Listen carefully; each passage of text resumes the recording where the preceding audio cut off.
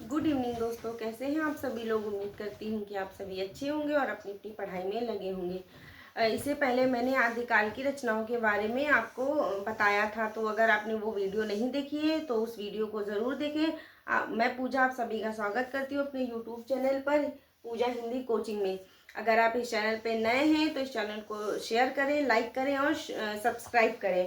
तो चलिए आज हम लोग अपना टॉपिक स्टार्ट करते हैं। आज मैं आपको हिंदी साहित्य का इतिहास ग्रंथ पढ़ाऊंगी कि हमारे हिंदी साहित्य के इतिहास ग्रंथ को कितनी पद्धतियों में लिखा गया है। पद्धति मतलब होता है तरीका, कि कितने तरीकों से लिखा गया है, किन किन लोगों ने लिखा है और किस भाषा में लिखा है। क्योंकि जब हमारा ये इतिहास ग्रंथ लिखा गया था तब हमारा देश गुलाम था, तो जाहिर सी बात है हिंदी भाषा में तो लिखा नहीं गया होगा, तो किसी बाहर वाले लेखक ने हमारे इतिहास ग्रंथ को लिखा था। तो चलिए हम लोग स्टार्ट करते हैं अपना टॉपिक आज का, हिंदी साहित्य का इतिहास ग्रंथ। तो हिंदी साहित्य इतिहास ग्रंथ लेखन की कितनी 4 पद्धतियां मानी जाती हैं। पहली पद्धति वर्णानुक्रम पद्धति। इस पद्धति का मतलब होता है कि लेखक ने इस पद्धति का अनुसरण करते हुए वर्णों के क्रम के अनुसार लेखकों को रखा है। यानी कि अगर ए नाम का लेखक है तो उसको पहले रखा गया है, उसके बाद बी सीक्वेंस में रखा गया है। उसके जन्म से कोई मैटर नहीं करता है, वो नया हो पुराना हो कुछ भी नहीं, उसके नाम अल्फाबेट से रखा गया है, अल्फाबेट से। और दूसरा है कालानुक्रम पद्धति। इसके नाम से ही समझ में आ रहा है कि काल काल मतलब समय। इस पद्धति में लिखा है जॉर्ज इब्राहिम ग्रियर्सन ने, और उन्होंने इस पद्धति का अनुसरण करते हुए कालों का नाम विभाजन किया है और लेखकों के जो है उनको जन्म के अनुसार रखा हुआ है, वर्ण के अनुसार नहीं रखा हुआ है। तीसरी पद्धति है हमारी वैज्ञानिक पद्धति। इस पद्धति में गणपति चंद्र गुप्त जी ने 1965 में अपना इतिहास ग्रंथ लिखा है। और चौथी पद्धति है हमारी विधेयवादी पद्धति। इस पद्धति में आचार्य रामचंद्र शुक्ल ने अपना हिंदी साहित्य का इतिहास ग्रंथ 1929 में वो लिखा है। और सबसे ही अगर आपसे पूछा जाए कि हिंदी लेखन की कितनी पद्धतियां हैं, सिंपल सा क्वेश्चन, तो आप लगाइए बताइएगा कि 4 पद्धतियां हैं। वर्णानुकूलम पद्धति, कालानुक्रम पद्धति, वैज्ञानिक पद्धति, विधेयवादी पद्धति। वर्णानुकूलम पद्धति में सबसे पहले लिखा था गारजता तासी ने, वो फ्रेंच के रहने वाले थे। दूसरे कालानुक्रम पद्धति में लिखा था जॉर्ज इब्राहिम ग्रियर्सन, ये आयरलैंड से रहने वाले थे। आप देख रहे हैं ना कि हमारे देश का इतिहास 2 ब्रिटिश लिख रहे हैं। और विदेशी वैज्ञानिक पद्धति में लिखा था गणपति चंद्र गुप्त ने 1965 में, और विधेयवादी पद्धति में लिखा था आचार्य शुक्ल ने 1929 में। तो हम लोग आज स्टार्ट करते हैं ये वाली पद्धति, वर्णानुकूलम पद्धति, ये पद्धति। तो इसके पहले हिंदी साहित्य के लेखन का प्रथम ग्रंथ किसको कहा जाता है? इस्तवार द लिटरेटिव इंदु ए हिंदुस्तानी, ये ग्रंथ का नाम है। क्या नाम है? इस्तवार द ला लिटरेटिव इंदुए ए हिंदुस्तानी। यहाँ पर ये जो इंदुई है इसका अर्थ होता है हिंदी, और ये जो हिंदुस्तानी है इसका अर्थ होता है उर्दू प्लस हिंदी, यानी कि उर्दू जो हिंदी मिश्रित हुई, मिश्रित उर्दू। ये एक बार पेपर में पूछा गया था ना कि इसका इंदुई का अर्थ क्या लिया है उन्होंने और हिंदुस्तानी का अर्थ उन्होंने क्या लिया है। इसी ग्रंथ को हिंदी साहित्य का पहला ग्रंथ कहा जाता है। अगर आपसे पूछा जाए पेपर में कि हिंदी साहित्य का पहला ग्रंथ कौन है, तो इस्तवार द लिटरेटिव इंदु ए हिंदुस्तानी, ये लगाइएगा। ये किस भाषा में है? ये फ्रेंच भाषा में है। ये इतिहास ग्रंथ हमारा किस भाषा में लिखा हुआ है? ये फ्रेंच भाषा में लिखा हुआ है। ये इतिहास ग्रंथ हमारा फ्रेंच भाषा में लिखा हुआ है और इसके लेखक गारजत तासी हैं। ये जो इतिहास ग्रंथ है ये हमारा 2 भागों और 5 संस्करणों में आया था। इसके 2 भाग, पहला भाग 1839 में आया था और दूसरा भाग 1847 में आया था। ये पहले भाग है इसके।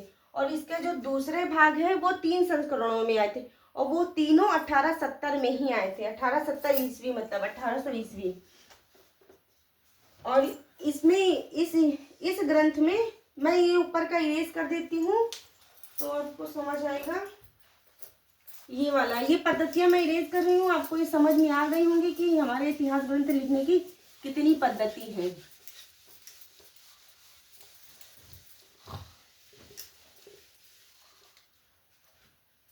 इस्तवार दल, इसमें इन्होंने कुल कुल जो कवि कुल लेखक थे, उन्होंने कुल लेखकों की संख्या 3738 बताई है, 738 बताई है, जिसमें से इन्होंने हिंदी जो कवि थे उनकी संख्या कितनी बताई है, 72। ये हिंदी के कवि हैं और बाकी जो बच जाए वो सब उर्दू के कवि बताए हैं इन्होंने। और इनकी इसी ग्रंथ का अनुवाद लक्ष्मी नारायण वर्षीय ने किया था 1952 में। उसका नाम उन्होंने रखा था,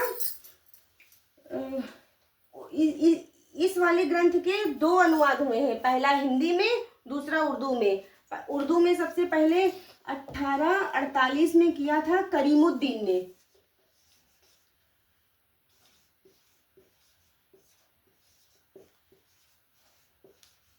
करीमुद्दीन ने, इन्होंने अपने उस ग्रंथ का क्या नाम रखा था, इसका जो अनुवाद उन्होंने किया था उसका नाम इन्होंने रखा था तज़किरा ए सुमरई।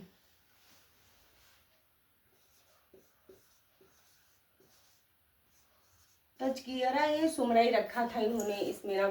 और इन्होंने कुल लेखक कितने बताए थे, इन्होंने कुल लेखक बताए थे 1004, जिसमें से इनको उर्दू के कितने लेखक, हिंदी के कितने लेखक मिले थे, इनको हिंदी के लेखक मिले थे 72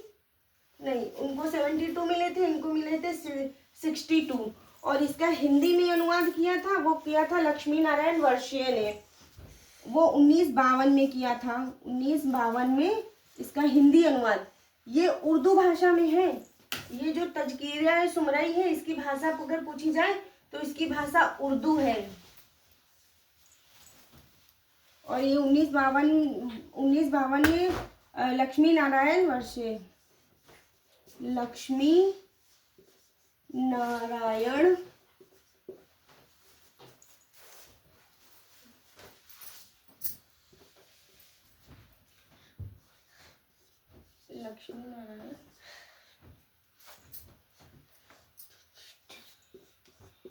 वर्षीय, इन्होंने अपने उस ग्रंथ का क्या नाम रखा था, इन्होंने रखा था इंदुई साहित्य का इतिहास, इंदुई साहित्य का इतिहास। ये लेकिन इस ग्रंथ को ज़्यादा मान्यता नहीं दी गई थी, क्योंकि इसमें जो है इन्होंने हिंदी के कवियों की संख्या तारसी जी ने बहुत ही कम बताई थी, केवल 72 बताई थी। और उर्दू के कवियों की संख्या इन्होंने उसके बाद कुल कवियों की संख्या 738 बताई थी, और हिंदी के कवि बताए थे 72। अगर आपसे पूछा जाए एग्जाम में कि हिंदी साहित्य के इतिहास का प्रथम लेखन किसने किया था, तो आप ऑप्शन में बताइएगा गारसाता तासी। कब किया था, 1839 में। कितने भागों में, तो 2 भागों में। और संस्करण पूछा जाए तो 5 संस्करणों में किया था।